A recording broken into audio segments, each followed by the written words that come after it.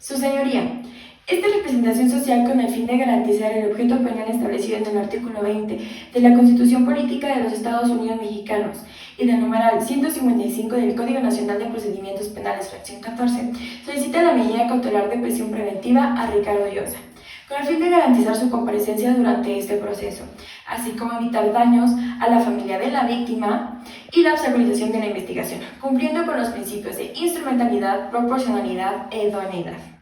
Como primer punto, obtenemos que el artículo 168, fracción primera del Código Nacional de Procedimientos Penales existe riesgo de fuga. Datos derivados de la declaración de Ricardo Llosa con fecha del 17 de marzo del 2017, donde se obtiene como dato de prueba que trabaja en un sitio de taxis denominado Taxis Cundera, donde funge como encargado de la base, por la cual cuenta con acceso a vehículos que le pueden facilitar su sustracción de este distrito judicial. También obtenemos que el punto 9 del estudio de riesgos procesales y de la declaración del imputado se obtiene como dato de prueba que cuenta con pasaporte, visa y familia en el extranjero, específicamente en la ciudad de Chicago, siendo así que la única familia que tiene en Amanilco es su esposa, Alicia Carroll.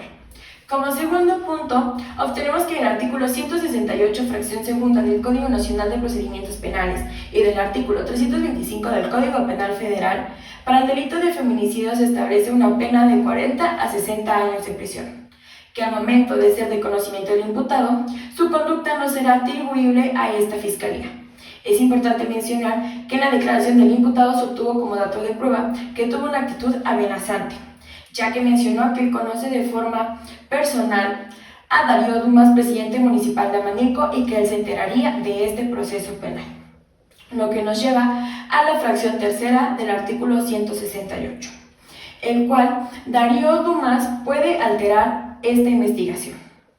Como punto número 3 obtenemos que existe riesgo de obstaculización de la investigación. Esto derivado del artículo 169, fracción primera del Código Nacional de Procedimientos Penales, que se desprende de la declaración de Ricardo Llosa, donde se obtuvo como dato de prueba que al momento de que Ricardo Llosa amenaza con comentarle de esto a Darío Dumas, presidente municipal de Amanilco, y este al ser servidor público tiene la facultad de poder dar información que obstaculice o falsifique los medios de prueba, lo que se relaciona con la fracción segunda de este artículo, que son los testimonios falsos, donde Tomás Cundera puede testificar de una manera falsa debido a la amistad que tiene de años atrás con Ricardo Llosa y él al ser el que le dio su trabajo para que tuviera una estabilidad aquí en Amanilco. Y también se relaciona con la fracción tercera, donde Darío Dumas puede alterar y modificar estos medios de prueba y los testimonios. De igual forma tenemos el punto 4, que es el riesgo a los ofendidos, donde tenemos como primer lugar a Daira Rodríguez, hija de la víctima, quien en su declaración, de donde obtuvimos como dato de prueba una captura de WhatsApp, donde se menciona que su mamá recibió amenazas por su trabajo periodístico, especialmente por la nota de la trata de mujeres en Amanilco, donde se menciona el sitio de Taxis Cundera, de donde es dueño Tomás Cundera, socio Darío Dumas, el presidente municipal, y siendo así el lugar donde trabajó Ricardo Llosa. También se obtiene de la declaración de Mara Cortázar como dato de prueba otra captura de WhatsApp, donde Ana Rodríguez le menciona a su mamá antes de su deceso textualmente: mamá, tengo miedo, me está persiguiendo una camioneta blanca. Creo que el tipo tiene tez blanca, bigote y cabello corto. Características que califican a Ricardo Llosa, por lo cual es importante mencionar que si se deja en libertad a Ricardo Llosa, la vida de Mara Cortázar y de Daira Rodríguez corre riesgo. Esta medida es proporcional porque su conducta más los riesgos y el delito grave, la prisión preventiva es el delito que más se ajusta a la protección de las ofendidas. Es necesaria porque esto hace que su fin sea legítimo, además de que se garantiza que Ricardo Llosa esté presente en la investigación. Es idónea porque se ajusta a la conducta y a la restricción con un fin constitucional legítimo. De igual manera, se aplica la tesis 2021-988, donde se menciona que para el feminicidio la prisión preventiva es necesaria, y la tesis 2018-745, donde se menciona que se deben de proteger los derechos fundamentales de las ofendidas.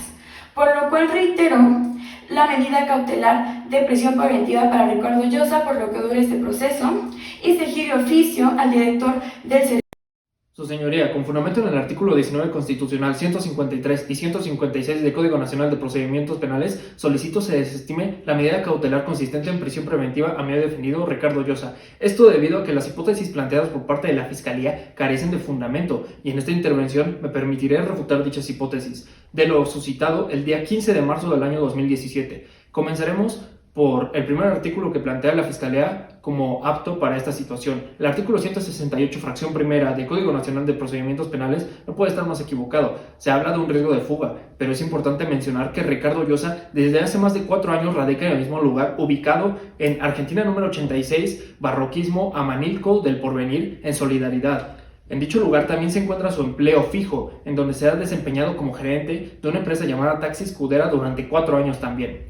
También es importante mencionar que Ricardo no tiene la intención de huir irresponsablemente, porque aquí se encuentra su empleo y su esposa. De igual forma, se ha mostrado en cooperación en todos los momentos durante este proceso y no se ha negado a ningún citatorio procesal al que se le ha llamado. También es importante mencionar que entonces la novena disposición del estudio de riesgo procesal de la Unidad de Medidas Cautelares y suspensión condicional del proceso de solidaridad no aplica, y esto debido a que en la carpeta de investigación se desprende como dato de prueba de la testimonial de Ricardo Llosa y del informe policial que voluntariamente rindió su testimonial y también la información que se le ha pedido. Ha sido alguien transparente y no oculta información alguna. De igual forma, tenemos la información de que Ricardo Llosa no cuenta con antecedentes penales o con algún conflicto en donde se haya visto en caso contrario con alguna autoridad o que no quiere obedecer las leyes que nos rigen.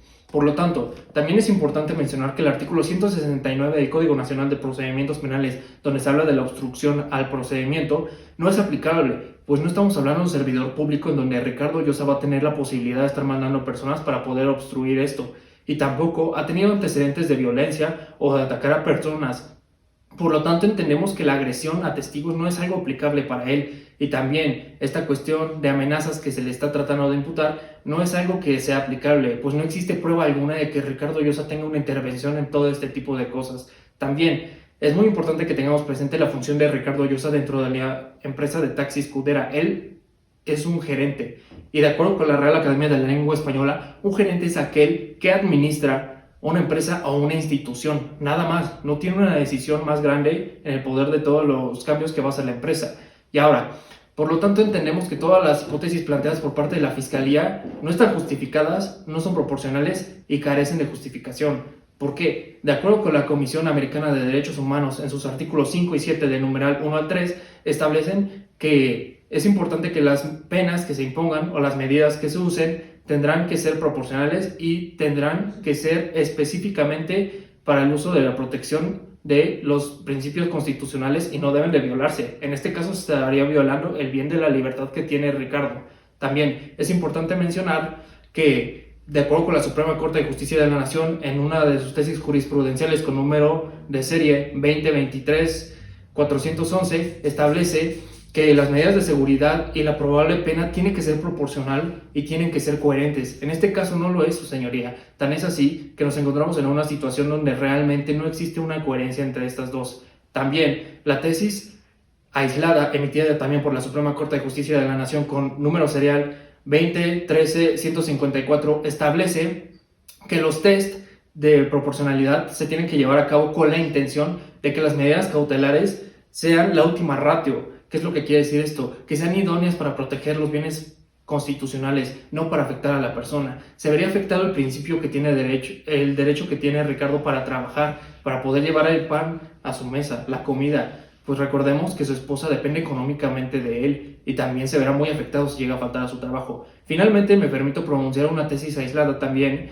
con número de serie 202-11-988, en donde se habla básicamente de la valoración para la imposición o el cese de penas y pues de medidas cautelares emitida por los tribunales colegiados de circuito, en donde se habla que tiene que haber un test de proporcionalidad de acuerdo con la pena y la medida de seguridad que se quiere.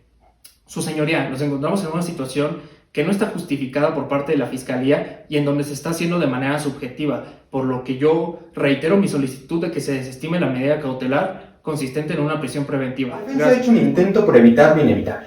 la prisión preventiva de Ricardo Llosa. Permítame hacer algunas apreciaciones.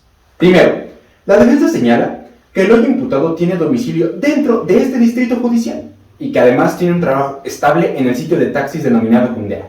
Sin embargo, como se desprende del estudio de riesgos procesales, el hoy imputado vivió durante un determinado tiempo en Chicago, Estados Unidos, lugar donde también tiene familia diversa, resaltando un hermano. Además, la defensa señala que al tener pasaporte y visa vencidos, es razón suficiente para imaginar que el señor Ricardo Llosa no se sustraerá de la justicia. Es de conocimiento común que ambos requisitos no son indispensables para que una persona pueda evadir la justicia y salir del país. Además, no podemos olvidar que el señor Ricardo Llosa es administrador de un sitio de taxis, donde tiene a su alcance personas y vehículos que le pueden ayudar para evadirse de la justicia en un instante. Segundo, como también se desprende del estudio de riesgos procesales, el hoy imputado, en su entrevista rendida ante el MP, señaló que de su situación legal se enteraría el presidente municipal, Darío Dumas, lo cual es peligroso, pues se actualiza conforme al principio de necesidad, peligro en la demora, y el artículo 169, fracción segunda y fracción tercera del Código Nacional de Procedimientos Penales, se está poniendo en peligro a testigos como a servidores públicos que trabajen directamente con esta carpeta de investigación. Es importante traer a colación la sentencia emitida por la Corte Interamericana de Derechos Humanos en el caso Chaparro Álvarez e Íñigo López versus Ecuador, en el cual se señala en el número 101 y 103 que para poder dictar prisión preventiva es importante que 1. Existan indicios de que el imputado cometió el delito y 2. De que existe un riesgo real e inminente de que el imputado se pueda sustraer de la justicia o intervenir en la investigación. Ambas circunstancias la hemos acreditado mi compañera y su servidor. Por último, limitar la libertad del señor Ricardo Llosa busca como finalidad asegurar su presencia dentro del juicio de esta causa penal. Además, es una medida en última ratio, buscando siempre la menor lesividad posible. Y por último, es una medida cautelar que no admite medida diversa, por lo cual se actualiza el principio de idoneidad. Es cuanto, señoría. Su señoría, la Fiscalía ha alegado de manera muy poco fundamentada porque nuestro hoy acusado Ricardo Llosa debería de ser privado de su libertad. Sabemos que nuestro defendido tiene derecho a seguir laborando y aparte de esto a llevar comida a su hogar, por lo que refutamos la idea de la Fiscalía al decir que no tiene nada cierto aquí. Por el contrario, sabemos que durante mucho tiempo Ricardo Llosa estuvo buscando un trabajo estable y no existe el riesgo alto que le quiere hacer creer la Fiscalía. En cuanto al riesgo procedente a la sustracción, es improcedente. ¿Por qué? Por el hecho de que en la entrevista que se le hizo a Alicia tenemos como dato de prueba que tiene su vida en este municipio. Aparte de esto cuenta con una propiedad en Solidaridad y 4 años residiendo en Amanilco, por lo que no existe tal riesgo. Ahora sabemos que jamás hubo resistencia durante su detención y todas sus declaraciones siempre fueron de manera voluntaria. Tenemos que tomar en cuenta cómo se afectaría la esfera jurídica de Ricardo. ¿Y quién entra esta? Alicia. Alicia es su esposa y sabemos que no labora, por lo que le estaremos dejando a ella en una situación de vulnerabilidad y también a él. Y estaremos también violando sus derechos fundamentales de Alicia, que en este caso es el derecho a subsistir. También tenemos que tomar en cuenta que México y Estados Unidos son países vecinos. Miles de mexicanos tienen familia en otras partes del mundo. De hecho, son 34.6 millones de mexicanos los que cuentan con familia en otros países, por lo que no podemos marcar un trato diferenciado con una persona por donde viva su familia o no. Esto nos habla de la tesis aislada número 2013-48-7 llamada Derechos Fundamentales a la Igualdad y a la No Discriminación. ¿Cómo se aplica esto a nuestro caso en concreto? De manera sencilla. No podemos marcar ningún tipo de distinción porque su familia viva en otra parte del mundo, cuánto dinero gane, su estado civil de una persona o si tiene hijos o no. Ricardo no cuenta con ningún antecedente penal anterior ni tampoco el uso de violencia. De hecho, contamos con la carpeta de investigación que nos hace saber de manera textual que Ricardo jamás ha amenazado a ninguna persona que forme parte de este proceso penal. También sabemos que entonces no representa ningún peligro ni para las personas, ni para el proceso, ni se sustraerá de la acción de la justicia. Por último, pero no menos importante, no se demostró ningún riesgo, su señoría, todos fueron puntos de vista subjetivos, por lo que la medida cautelar consistente referente a la prisión preventiva oficiosa la consideramos lesiva y excesiva. ¿Por qué? Porque se estarían violando los principios de proporcionalidad, idoneidad y necesidad. Es cuanto, su señoría.